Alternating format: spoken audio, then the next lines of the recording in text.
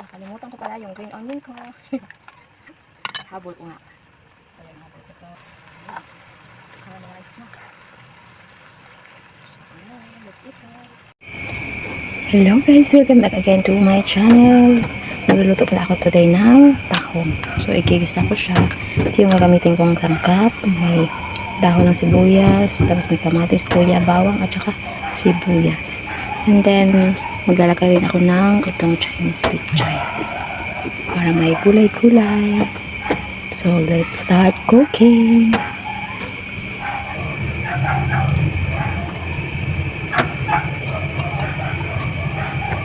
Okay, ako ng olive oil.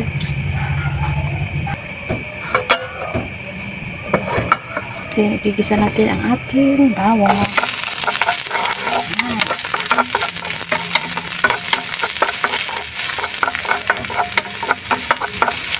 Ayan natin ang ating luya.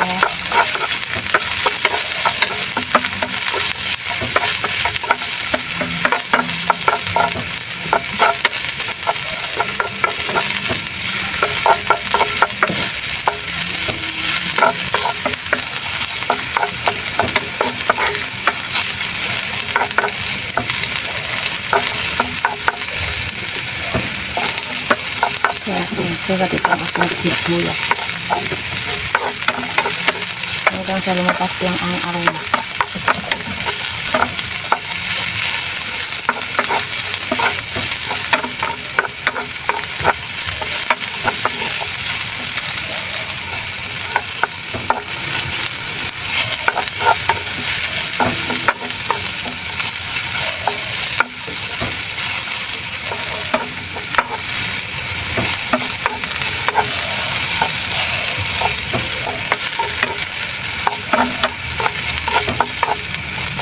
Yan, medyo lumambot na yung spices natin.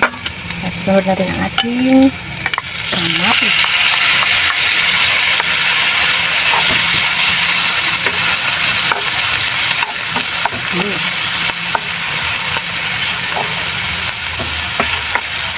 Kamatis.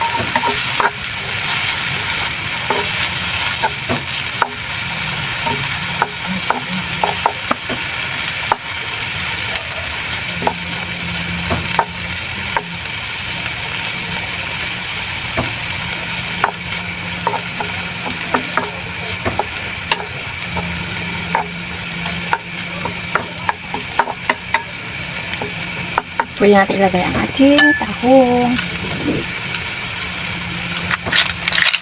So, binili ko siya ng mga 75 pesos kalahati.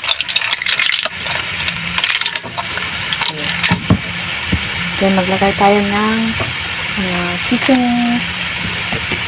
Maglagay tayo ng konting seasoning.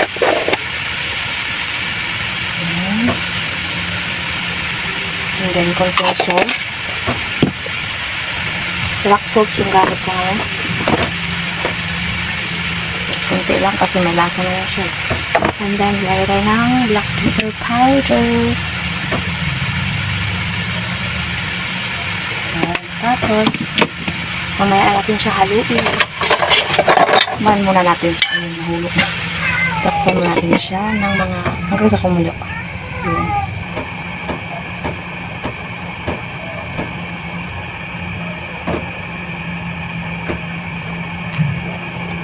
So, ayan, buksan natin, guys.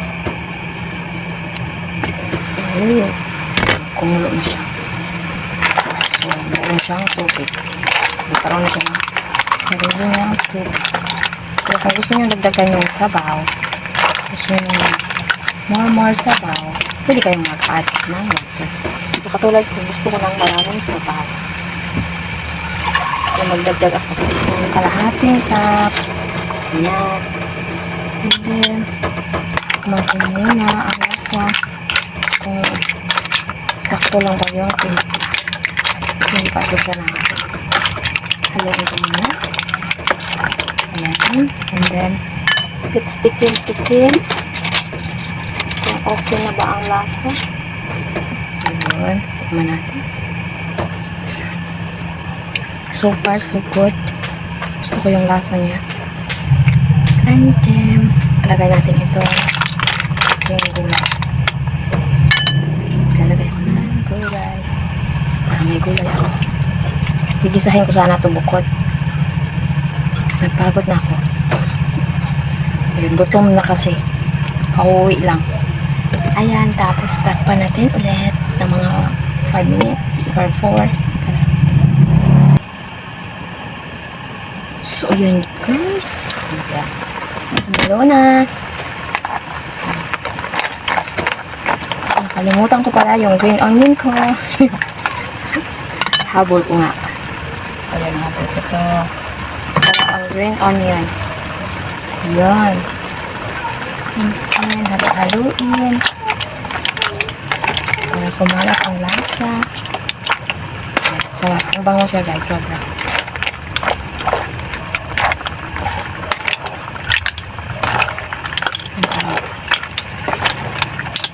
Ayun. Takpanin ko siya na medyo matigas pa ito. Ayan. Takpan ko siya mga 2 minutes. Okay. So, 2 minutes is over.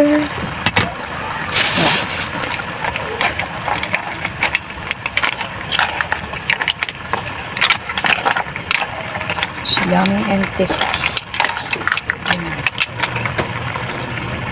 Okay na siya. Ready to eat na. So, mag-aadobo ako guys. Ano pala? With oyster sauce. Yun. Chicken with oyster sauce. And then, isahin ko lang yung as usual. Isahin yung mga spices ng mauna. Ayan. Garlic.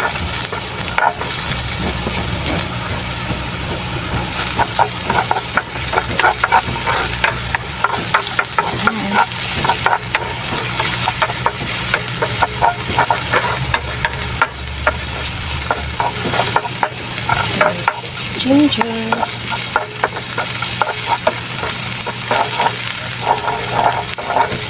And the bay leaves.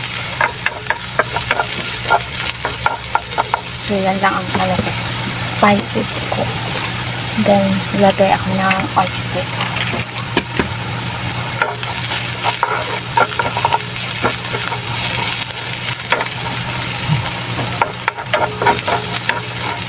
Ayan, maamoy na siya.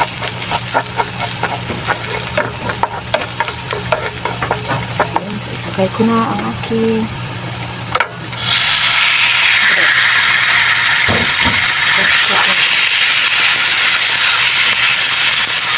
pagbaon ng mga magbaon ka o mga magbaon ka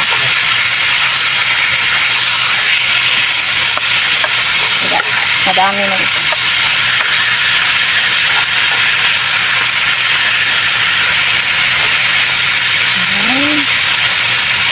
Maglagay tayo ng seasoning.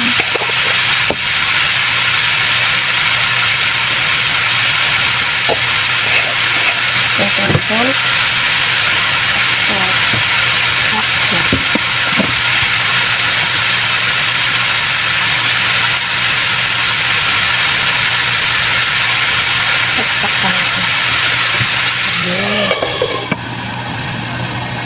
So, let's open guys. Ayun. Sabi guys, after here.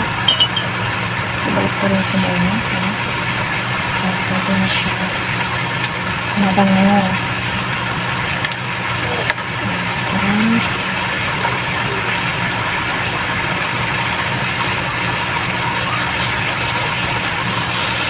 So, ayun. So, nalagay ako ng tikmang ko na yung taste. Hindi siya ganun paalat. Maglalagay na ako ng aking oyster sauce. Ayan. Ayan.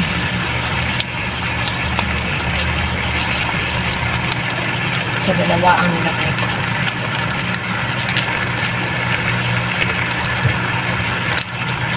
Ayan. And then, haluin ko muna. Ayan.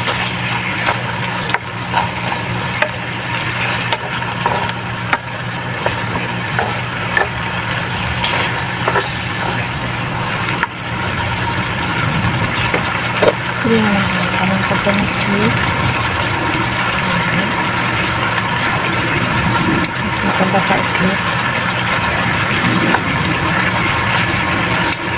Kasi dalawa.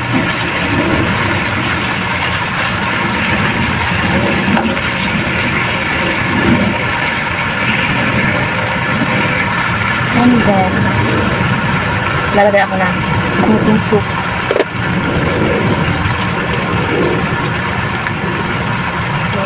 So, ano siya?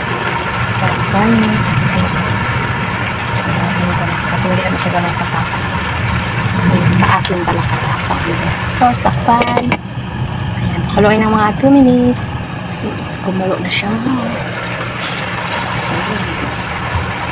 Wow. Click natin, click.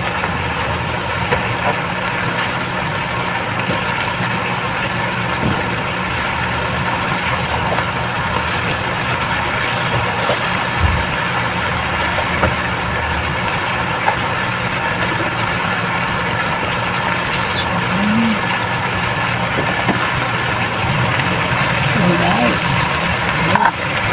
caramelize na.